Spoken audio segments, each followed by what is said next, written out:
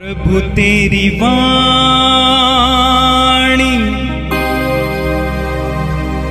जीवन की रोटी, नयनों की ज्योति, अंधेरा मिटाती।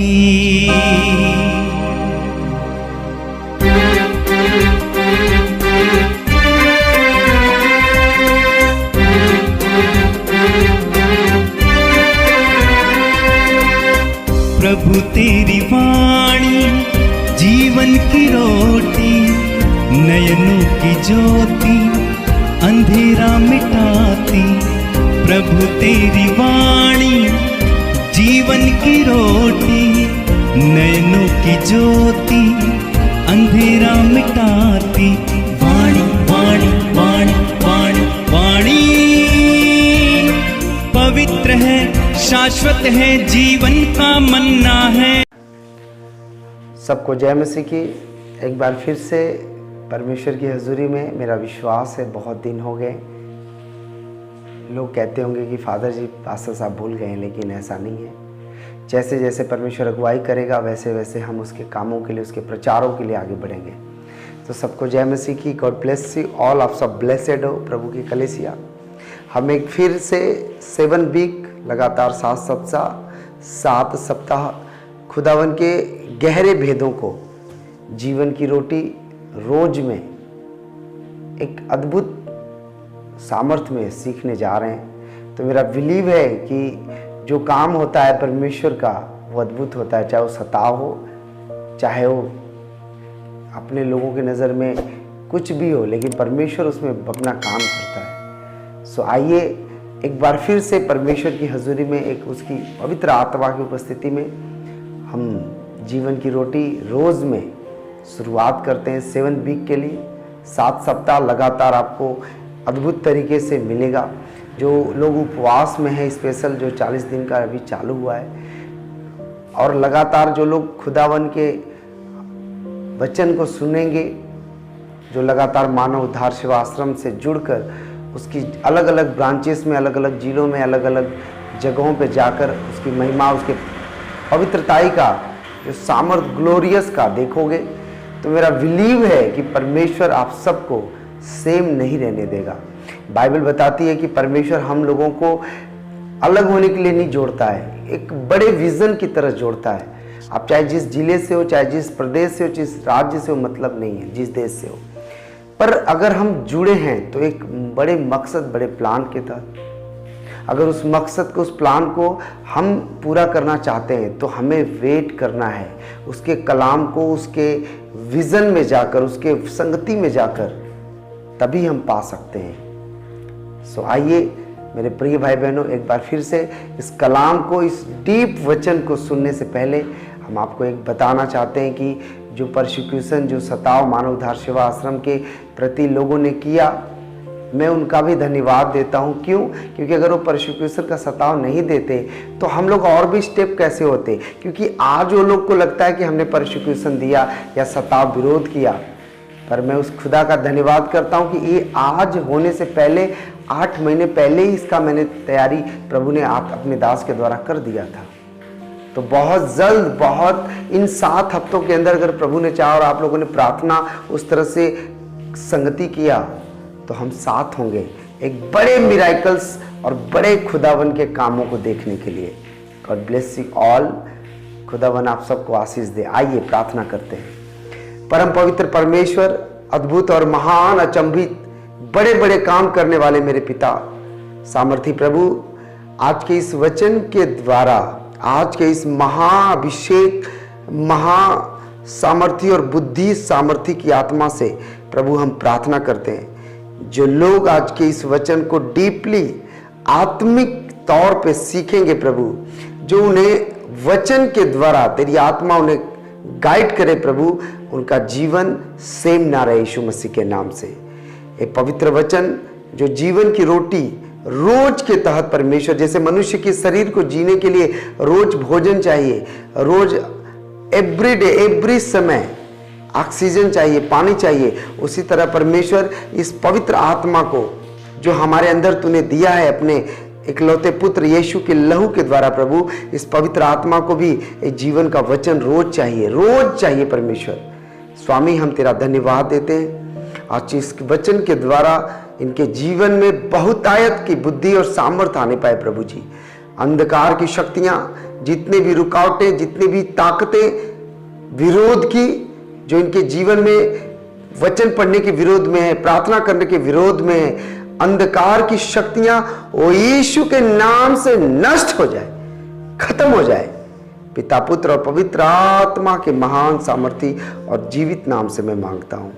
आमीन, आमीन, आमीन। God bless you all. मेरा बिलीव है कि आज के वचन के गहरे भेदों को आप जानने जा रहे हो। आप जानोगे आज के वचन से कि किस प्रकार से परमेश्वर एक जीरो को, एक नेग्लेक्ट, एक कूड़े को कीमती बनाता है। अगर वो कूड़ा अपना कीमत जान ले, उस तरह से हम आज के इस वचन के द्वारा सीखेंगे कि परमेश्वर किस तरह से हमें करता है। सबसे पहले ध्यान देना, वचन जो 7 वीक है आपको रोज सुनना है, समझना है। आज का वचन जो है, टॉपिक जो है, किस प्रकार से, क्या परमेश्वर मसीहों से ही प्रेम करता है? नहीं। क्या यीशु मसीह के बाद ही सब सारी जातियों को उसने अपने बेटे के लहू में माफ किया और बुलाया? नहीं, इससे पहले भी ऐसा था। सबसे पहले हम ये आज के वचन को सीखेंगे कि परमेश्वर हमें चाहता क्या है, परमेश्वर हमें किस तरह से बनाना चाहता है और बनाकर क्या करना चाहता है, फ्यूचर में उसकी प्लान क्या है। आइए इस गहरे भेदों को, इस गहरे सामर्थ्य को हम देखते हैं यीशु के नाम से। आमीन, आमीन। आइए मत्ती की पुस्तक, मत्ती रची सुसमाचार की पुस्तक, अध्याय 1 और वचन को हम पढ़ेंगे अध्याय 1 से, और वचन को भी 1 से पढ़ेंगे और सीखेंगे कि किस प्रकार से परमेश्वर, जिनके लोगों में निराशाएं हैं, कोई आशा का लक्षण भी नहीं है, कैसे उसे सब कुछ कर देता अगर वो खड़ा रहे तो। आमीन। आइए, हालेलुया। यहां पर लिखा, मत्ती रची सुसमाचार अध्याय 1 और वचन 1 में, अब्राहम की संतान, दाऊद की संतान, यीशु मसीह की वंशावली। हालेलुया। सबसे पहले हम प्रभु यीशु मसीह के बारे में जानते हैं, वो किस वंश से आए, किस पीढ़ी से निकले हैं। यहां पे लिखा कि अब्राहम की संतान, दाऊद की संतान, यीशु मसीह की वंशावली। वचन 2 में लिखा, अब्राहम से इसहाक उत्पन्न हुआ, इसहाक से याकूब उत्पन्न हुआ, और याकूब से यहूदा उत्पन्न हुआ, और यहूदा और उसके भाई उत्पन्न हुए। हालेलुया। तो हम इस चीज को देखते हैं कि परमेश्वर किस तरह से अब्राहम के पिता को छोड़ता है, अब्राहम के भाइयों को, रिश्तेदारों को छोड़ता है, लेकिन परमेश्वर किस तरह से अब्राहम को बुलाया और अब्राहम उसकी बुलाहट में चला, और चलने के बाद फिर उसके इसहाक, इस्माइल का नाम नहीं है, इसहाक का जिक्र है। इसहाक के बाद याकूब बताता है कि याकूब से उत्पन्न हुआ, इसहाक के बाद, यानी इसहाक का, याकूब का बड़ा भाई एसाव का भी नाम इसमें नहीं है, याकूब का आया। याकूब के बाद बताता है यहूदा का और उसके भाइयों का, यानी यीशु मसीह यहूदा के गोत्र में जो 12 बेटे थे याकूब के, उसमें से एक बेटे का नाम था यहूदा, और उस यहूदा के गोत्र से वो पैदा हुआ। हालेलुया। आगे हम वचन को देखते हैं मेरे प्रिय भाई बहनों। आगे वचन में लिखा, वचन 3 में, यहूदा और तमार से फिरिस व जोहर उत्पन्न हुए, फिरिस से हित्रोन उत्पन्न हुआ, हित्रोन से अराम उत्पन्न हुआ। आगे वचन में, वचन 4 में लिखा, अराम से अमीनादाब उत्पन्न हुआ, अमीनादाब से नहसोन, और नहसोन से सलमोन उत्पन्न हुआ। आमीन। वचन 5 में लिखा, सलमोन और राहाब से बोअज उत्पन्न हुआ, बोअज और रूत से ओबेद उत्पन्न हुआ, और ओबेद से उत्पन्न हुआ हिसे, जो दाऊद राजा का बाप था। अब वचन हम 5 को पढ़ते हैं। हालेलुया। वचन 5 को अगर हम देखते हैं मेरे भाई बहनों, तो बाइबल में यहाँ पे एक नाम लिखा हुआ है, यहाँ पे लिखा हुआ सलमोन और राहाब से बोअज उत्पन्न हुआ। ये वही बोअज है जो रूत का पति था, जो धर्मी था। हालेलुया। और अगर हम सलमोन और इसका देखते हैं राहाब का, राहाब जो नाम है एक वेश्या का नाम है, एक वेश्या का नाम है। जो वेश्या का, जैसे किसी का सब्जी बेचने का धंधा है, किसी की दुकान है फल फ्रूट की, किसी की मोबाइल शॉप है, किसी का शोरूम है गाड़ियों का, तो जो राहाब थी इसकी एक दुकान थी देह व्यापार का। हालेलुया। अगर हम देखते हैं कि मेरे प्रिय भाई बहनों की बाइबल हमें बताती है कि जो सलमोन और राहाब से कह रहा बोअज उत्पन्न हुआ। बोअज वही व्यक्ति है जो एक वेश्या से उत्पन्न हुआ था। अब आप ध्यान से सुने, अगर आपको इसके चीजों में समझना है तो आप वचन को बड़े ध्यान से समझेंगे तभी। अब ये जो 1:5 का वचन है, अगर हम पुराना नियम में जाते हैं तो जब परमेश्वर ने मूसा से कहा कि मूसा गोत्र के अनुसार जो 12 गोत्र हैं, 12 गोत्रों में 12 बंदुओं को चुन जो अपने गोत्रों में अपने घराने में ईमानदार हो, वफादार हो, जो तगड़े हों, उनको भेज उस कनान देश में जिसको मैंने अपने दास अब्राहम से वाचा बांधी थी कि मैं तुझे दूंगा। जब इजरायली मिस्र से निकालकर समुद्र को पार करके आए और जंगल में जब परमेश्वर ने कहा अब मुझे याद है वचन में तुझे अपना वो जो इसहाक से और याकूब से अब्राहम से बोला था कि ये जमीन मैं तुम्हारे लोगों को दूंगा, तो अब उस जमीन का भेद लेने के लिए, वहां के लोगों को लेने के लिए तू भेज। अब ध्यान देना, जब यरूहो नगर, आप यरूहो में जाओ तो यरूहो नगर नाम पड़ता है। जब यरूहो के पास यहोशू और सारे लोग गए, उस नगर, यरूहो नगर का मतलब होता है उसकी जो दीवारें थी वो तकरीबन 60 फुट से 80 फुट ऊंची थी। बिल्डिंग छोड़ दो, आज के डेट में इतनी ऊंची तो चाइना की भी दीवार नहीं होगी, या हो सकती है, लेकिन वो दीवार जो विश्व में प्रख्यात थी इतनी ऊंची थी और पहाड़ से, चट्टानों से, सीमेंट से बनी हुई थी। उस नगर के लोग उस दीवार पे घमंड करते थे कि कोई व्यक्ति हमारे नगर में दीवार फांद कर नहीं आ सकता। उस समय हवाई जहाज था नहीं, सीढ़ियां थी, पर कोई ऐसा वैसा यंत्र तो था नहीं। हालेलुया। तो उस यरूहो के नगर में जब लोग गए, तो जब वहां पर उस नगर में जब लोग भेद लेने परमेश्वर के लोग गए, तो पता चल गया कि यहाँ पे कुछ जासूस भेजे गए हैं। और वो जासूस को जब पता चला कि अब हम मर जाएंगे, अब हम पकड़ ले जाएंगे, उनको समझ नहीं आई।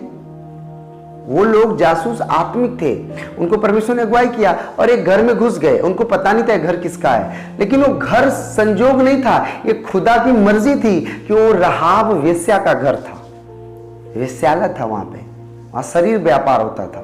लेकिन जब वो राहाब वेश्या के घर पे लोग गए, जब वहां पे वो वेश्या सोची कि ये लोग देह व्यापार के लिए आए हैं, उन्होंने कहा हमें देह व्यापार नहीं चाहिए, हमें तेरे साथ सोना है, पर हमें बचा तो हम भी तेरे लोगों को और तुझे बचाएंगे। हालेलुया। राहाब वेश्या ने तुरंत, बाइबल बताती है कि ऊपर गए। हम देख लेते हैं यहोशू की पुस्तक, यहोशू की पुस्तक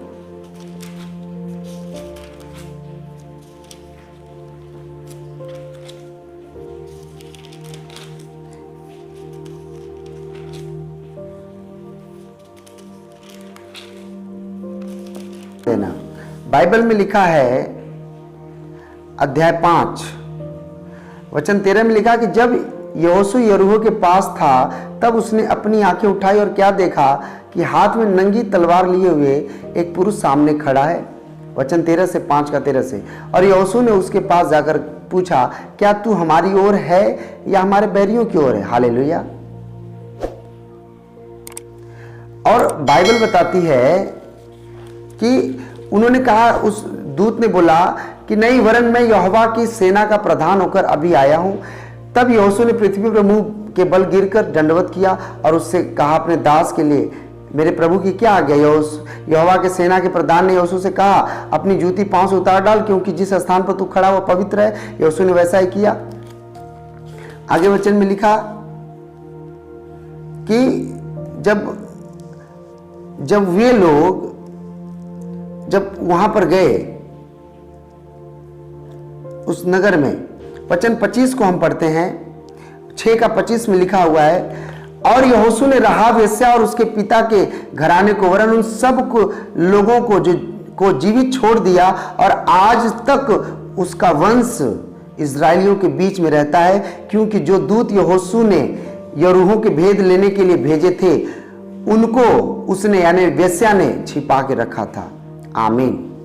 अब हम इस वचन को क्या देखते हैं कि लिखा कि इजरायलियों में आज तक राहाब वेश्या का वंश बसा, यानी क्या, जब राहाब वेश्या ने अपने दरवाजे खुदा के लिए खोले, खुदा के लोगों के लिए खोला, तब परमेश्वर ने उसके सारे पाप को माफ करके उसे अपने ब्लड लाइन में ले लिया, मसीह के ग्रुप में ले लिया। आज हम सब किसके ग्रुप में हैं? आपके खुदा के ग्रुप में हैं। अब्राहम का ग्रुप है यीशु मसीह, और यीशु मसीह के ब्लड लाइन में हम सब आ गए। अब बाइबल हमें क्या सिखाती है कि जब राहाब वेश्या ने पाप को छोड़ा, मसीह को अपनाया, उसके परिवार बचाए गए, तब लिखा कि सलमोन जो यहूदा गोत्र का था, याकूब का पुत्र गोत्र का था, उसी ने राहाब वेश्या से शादी किया कानूनन पूरे परिवार के साथ, और उससे जो बच्चा पैदा हुआ उसका नाम था बोअज। बोअज वही व्यक्ति था जो रूत के साथ व्यभिचार नहीं किया, रूत को अपनी धर्म पत्नी बनाया, और रूत और बोअज वही लोग हैं जिनका परपोता राजा दाऊद पैदा हुआ यीशु मसीह के नाम से। बोलो आमीन। इस वचन से हम क्या देखते हैं कि परमेश्वर, जब आप कठिन समय में परमेश्वर के लोगों की मदद के लिए खड़े रहते हो, जब कठिन समय में भी, उस समय क्या था, राजा का आज्ञा था कि अगर कोई भी इजरायलियों से यानी मसीहों की संगति करेगा या उसे बचाएगा, भेद देगा, तो उसे मार दिया जाएगा। लेकिन राहाब ने उस राजा का परवाह नहीं किया। आज कई बार लोग यीशु मसीह के नाम से बोलने में, जय मसीह की, डरते हैं, शर्माते। आज कलीसिया में क्या हो गया है, अच्छा वो पास्टर का विरोध हो रहा है ना, अच्छा उस पास्टर के पास चलो, वहां विरोध नहीं है, अच्छा उस चर्च में चलो, उसका विरोध नहीं है। चलो भाई साहब, विरोध तो नहीं है, लेकिन मसा भी नहीं है, वहां खुदा की उपस्थिति भी नहीं है। अगर है भी, मैं नहीं कह रहा हूं कोई पास्टर के अंदर गलती है, मैं ऐसा नहीं बोल रहा हूं, लेकिन परमेश्वर तुम्हें एक जगह पे तैयार करता है, एक जगह तुम्हें सेट करता है। अगर तुम उस जगह पे सेट होकर, आपको क्या लगता है, राजा का हुक्म था कि ये काम, जैसे हमारे देश के पार्लियामेंट का हुक्म हो गया कि भाई साहब अब 500 1000 की नोट बंद, तो सब लोगों ने बंद किया कि नहीं किया? अभी बिल पारित नहीं हुआ था, केवल मुंह से ही बोल दिया था, हो गया कि नहीं हो गया? अब बोला 2000 की नोट सितंबर तक, उसके बाद बंद, तो सब लोग दे रहे कि नहीं दे रहे? लेकिन कई लोग ऐसे भी आए, ऐसे भी उस समय भी यही था कि जो लोग इजरायलियों के दूतों को रखेंगे, बसेरा देंगे, उनको जला दिया जाएगा, मार दिया जाएगा। और बाइबल बताती है कि राहाब ने, जो मसीह के बारे में जानती भी नहीं थी, कुछ नहीं पता था, लेकिन उसके दिल में खुदा के लिए प्रेम जागा, उसके दासों के प्रति वफादारी जागी, और उसने कहा कि शपथ खाओ कि तुम मुझे छोड़ोगे। उसने कहा हम शपथ खाते हैं। लाल धागा बांध के रखना अपने खिड़की में। ये लाल धागा किसको दर्शाता है? यीशु मसीह के ब्लड को दर्शाता है। उसके क्रूस को लटकाना मतलब क्या हुआ? उसके क्रूस पे लटकाया गया था लाल ब्लड। जब यीशु मसीह को मारा गया था, उसकी पूरी शरीर की चमड़े उधड़ गए थे और पूरा शरीर लाल हो गया था, पूरा ब्लड उसका फट गया था, शरीर से निकल गया था, उसका शरीर सर से लेकर नीचे तक छलनी हो गया था। मेरे भाई बहनों, हालेलुया। आज लोग सताव का, ये पास्टर का सताव हो रहा, वो कलीसिया बंद हो रही है, हम लोग से क्या मतलब पास्टर से? नहीं। अगर आज तुम मतलब नहीं रखोगे, आज अगर खुदा के साथ, उसके दास के साथ खड़े नहीं रहोगे, तो बाइबल बताती है कि एस्तर के समय भी ऐसा ही हुआ था। सारे कौम के लोग एक तरफा हो गए थे कि फलाने तारीख को, फलाने महीने में अब सारे लोग खड़े हो जाना जी, जितने भी यीशु मसीह को मानने वाले लोग हैं, उनके घरों को लूट लेना, उनके बच्चों को मार देना, उनकी अच्छी वस्तुओं को छीन लेना और उन्हें कत्लेआम करना, ये सरकार का आदेश है। जरा तुम सोचो कि ये अगर किसी देश में मसीह लोग रहते हैं और वहां ये आदेश हो जाए कि जिसके पास बाइबल मिले उसका तुम धन लूट लो, तुम्हारे पर कोई केस मुकदमा नहीं होगा। जो यीशु मसीह को प्रार्थना करते हुए मिले उसको तुम मार दो, उसके साथ गंदा कर दो, सब कुछ कर दो, कोई तुम गुनाह नहीं सिद्ध होगे। सोचो, ऐसे समय में भी मुर्तजा और एस्तर ने प्रभु के आगे घुटने टेके थे और राजा के आगे नहीं टेके। और फिर क्या हुआ, परमेश्वर ने जो एक काम हामान करने वाला था उससे पहले ही राजा के पास रानी बना के भेज दिया था और ये बात गुप्त रखी गई थी। आज शैतान भले ही लगता हो, उसके लोगों को लगता हो कि नहीं मैंने तो बाजी बहुत किया, अब तो काम खत्म हो गया, अब तो इनका कुछ नहीं है। नहीं भाई साहब, आपको नहीं पता यीशु मसीह तुम्हारा बाप है। अगर तुम्हारा शैतान बाप है वगैरह वगैरह तुम करते हो, बाप है ना, तो डोंट वरी, यीशु मसीह तुम्हारा बाप है, वो तुमसे पहले ही सब कुछ कर चुका है। बोलो आमीन। बस एक चीज की वेट करता है, वो धीरज धरता है, वो धीरजवंत है। वो अगर उसके लोगों को तुम सताओगे, उसके लोग माफ कर देंगे, उसके लोग तुम्हें क्षमा कर देंगे, भूल भी जाएंगे, लेकिन वो भूलता नहीं है। आप बाइबल पढ़ के देख लो, अपने लोगों के बदला वो पीढ़ी दर पीढ़ी लेता है। लोग भूल गए, अरे यार प्रभु हो गया खत्म, मेरे बाबा ने कहा, तेरे बाप ने किया ना मेरे लोगों के साथ, मैं तेरे बच्चों के साथ भी करूंगा, तूने क्यों किया। हालेलुया। सो मेरे भाई बहनों, हम क्या देखते हैं, एक राहाब वेश्या जिसको पूरी दुनिया के लोग निग्लेक्ट कर दिए थे। आज पूरे लोग, पूरा समाज तुम्हें हमें निग्लेक्ट कर रहा है। अरे ये यीशु वाले हैं, अरे धर्म परिवर्तन है। आज से 2 साल पहले मैं भी ऐसा ही करता था, मैं भी इसी तरफ ही पड़ा था, लेकिन अब मुझे सत्य को मालूम हो गया है। तो हमें डंडे उठाने और रोड पर बैठने की जरूरत नहीं है, हमें खुदा के आगे बैठेंगे। मसीह लोग लड़ते नहीं है, जो मसीह लोगों का परमेश्वर है वो खुद लड़ता है, वो पूरी तरह धज्जियां उड़ा देता। पूरा इतिहास पढ़ा है, उठा के देख लो बाइबल। सो हमें क्या करना है, आपको क्या करना है, जो प्रभु यीशु को, जो सच्चे भक्त हैं, सच्चे लोग हैं, उन्हें गाइड फॉलो करना है, रूल फॉलो करने हैं, बने रहना, उतावली में दौड़ना नहीं है। देखो बीमारियां आएंगी जाएंगी, चंगाइयां आएंगी जाएंगी, हील हो जाएंगे लोग, डोंट वरी। मैं भी प्रार्थना करूंगा आप ठीक हो जाओगे, लेकिन मेन प्रॉब्लम क्या, अभी अपने दास के साथ खड़े रहने का समय है, अपने अगुए के साथ बढ़ने का समय है। जिस तरह से आपको बताया जा रहा है, आपके फोन किए जा रहे हैं, ये नहीं कि यहाँ धरना करना हो, नहीं, आपको कैसे प्रेयर करनी है, कैसे अपने लोगों के साथ मिलजुल कर बांट के रहना है, कैसे प्रकार के करना है। अगर आप अंत तक खड़े रहे तो आज राहाब वेश्या का जो ब्लड प्रभु ने धो दिया और अपना ब्लड बना लिया, एक दिन तुम्हारे जीवन में भी आएगा यीशु मसीह के नाम से। मेरा परमेश्वर तुम्हें ब्लेस करेगा। आमीन। ऊंचा होना चाहिए आपका। क्यों कह रहा हूं मैं, क्योंकि परमेश्वर किसी का भी पक्षपात नहीं करता, किसी का भी पक्षपात नहीं करता। वो केवल आपके भूख को देखेगा, आप कितने दिन तक उपवास में हो, किस तरह से गाइड फॉलो कर रहे हो, कितना पवित्रताई में जीवन जी रहे हो। कई बार लोग आधा से 50% नहीं 80%, 80% ऐसे लोग हैं जो दूसरों की चर्चा करते रहते हैं। मसीह की बात कर रहा हूं। देखो, संसार में कोई उनके पास काम नहीं है, उनका काम है गिराना, झुकाना, मिटा देना। पर हमारे और आपके पास एक काम है, एक प्लान है। क्या?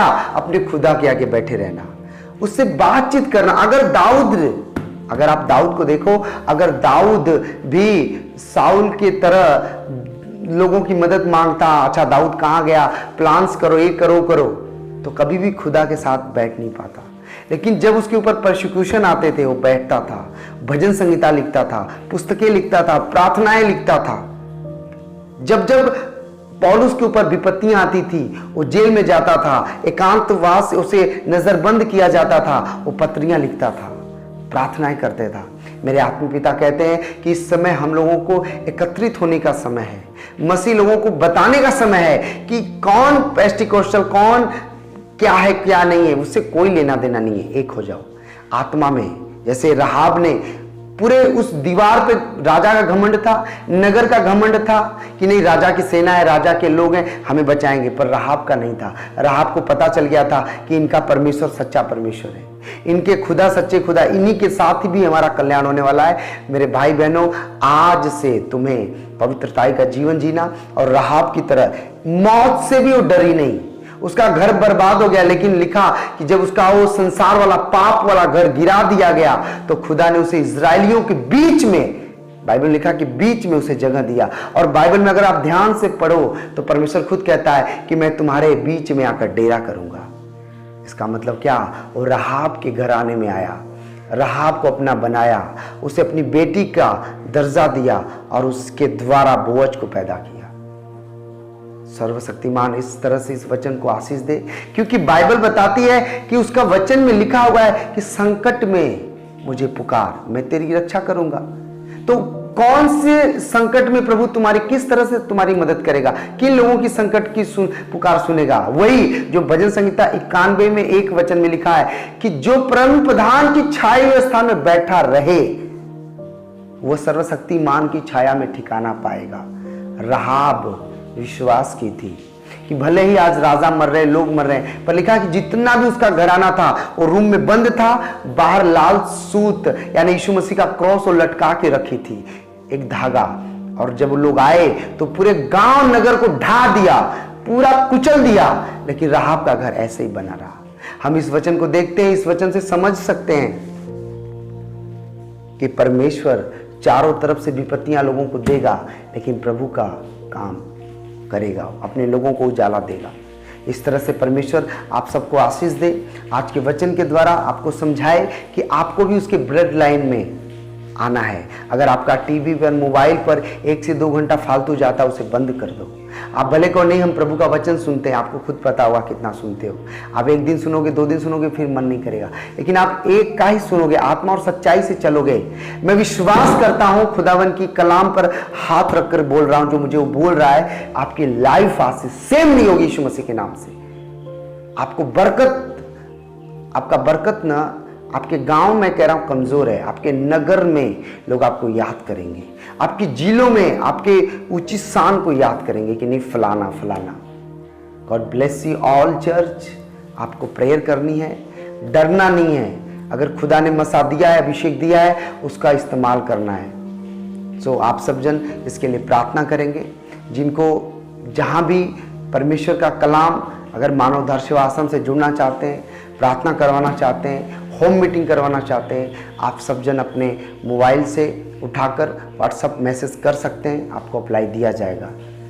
मेरा परमेश्वर आपको छोड़ेगा नहीं। जिस तरह राहाब को नहीं छोड़ा, राहाब को अपना बेटी का दर्जा दिया, उसी तरह आपको भी बनाना चाहता है। सोचो एक वेश्या का जीवन क्या होगा, आप सोच लो, आप इमेजिन कर सकते हो क्या होगा उसकी लाइफ में। कुछ भी नहीं, उसका सब कुछ खत्म। लेकिन प्रभु जहाँ से ख़त्म लोग करते हैं वहाँ से शुरू करता है। आज भले ही लोग चर्चेस को, आश्रम को बंद करवाए हैं, लेकिन आप विश्वास करोगे हर संडे 1 मीटिंग होती थी, अब हर संडे 3 मीटिंग होती है। हफ्ते में 2 से 3 होम मीटिंग हो पाती थी, अब हफ्ते में 6 से 8 मीटिंग होती है। आप विश्वास करो कि परमेश्वर किस लेवल में काम कर रहा है। आप लोगों को ये सब्सक्राइब दूसरों को भी करवाना है, भेजना है, और इस तरह से आपको मानव दर्शवासन को फॉलो करना है। बहुत जल्द हम लोग लाइव भी आएंगे। सो आप सब जन को प्रार्थना करना है। लाइव मीटिंग होगी, लाइव हीलिंग होगी, लाइव छुटकारा होगा, लाइव भविष्यवाणियां होंगी, लाइव भविष्यवाणी के द्वारा गवाहियां आएंगी। आप देखोगे आप सेम नहीं रहोगे यीशु मसीह के नाम से। God bless you all. इस वचन के द्वारा जैसे राहाब ने कुछ भी नहीं थी और बड़ा दिलेरी दिखाई और खुदा के वचन के साथ, दास के साथ खड़ी रही, उसी तरह आपको इस समय खड़ा रहना है, मदद के लिए आगे आना है, खुदावन के कामों के लिए। आप सब जन को प्रभु इस वचन के द्वारा बहुत आशीष और बुद्धि दे। मेरा परमेश्वर आपको रिसीव अद्भुत रीति से करवाए और आपको अनुग्रह दे। आइए आप सब जन के साथ मिलकर ये प्रार्थना करते हैं। प्रेमी पिता परमेश्वर, अपने हाथों को उठाकर प्रभु जी हम प्रार्थना करते हैं इस कलीसिया के लिए, इन लोगों के लिए परमेश्वर। वो प्रार्थना जो तेरे दास पौलुस ने किया था कि हे मेरे भाइयों, दाख रस के मतवाले न बनो, इससे लूचपन पैदा होता है, परंतु पवित्रता में और आत्मा में परिपूर्ण होते जाओ, बढ़ते जाओ। हे परमेश्वर, आज के कलाम के द्वारा, आज के इस वचन के द्वारा जितने भी लोग सुने, उनका हृदय, उनका जीवन सेम ना रहे यीशु मसीह के नाम से, सेम ना रहे परमेश्वर। उनका स्वभाव, उनका चाल चलन, उनका चरित्र, उनका कैरेक्टर पूरी तरह बदलने पाए परमेश्वर। जितने भी लोग एक दूसरे को सब्सक्राइब करवाएं, जितने भी लोग दूसरों से बताएं प्रभु, उनकी लाइफ को प्रभु ऊंचाइयों पे ले जाना।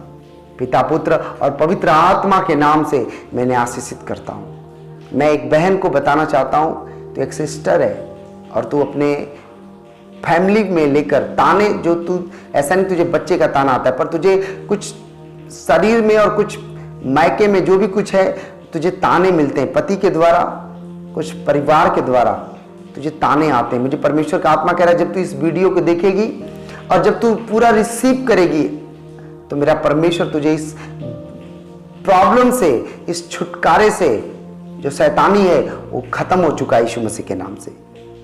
आप विश्वास करो, बहुत जल्द हम लोग लाइव आने वाले हैं। वो सिस्टर अपनी गवाही जरूर दे, जो उसके घराने में उसे ताने मारते थे लोग, जो भी कुछ करते थे, पर अब इस वचन के द्वारा जब अपनी लाइफ को डेडिकेट करेगी, अपने वचन को पूरी फुल फॉर्म में रखेगी, प्रार्थना का जीवन जिएगी, उसके लाइफ से वो समस्याएं जाएंगी और वो सिस्टर गवाही देगी, इसी जगह मैं देख रहा हूं, यीशु के नाम से मांगता हूं, आमीन आमीन।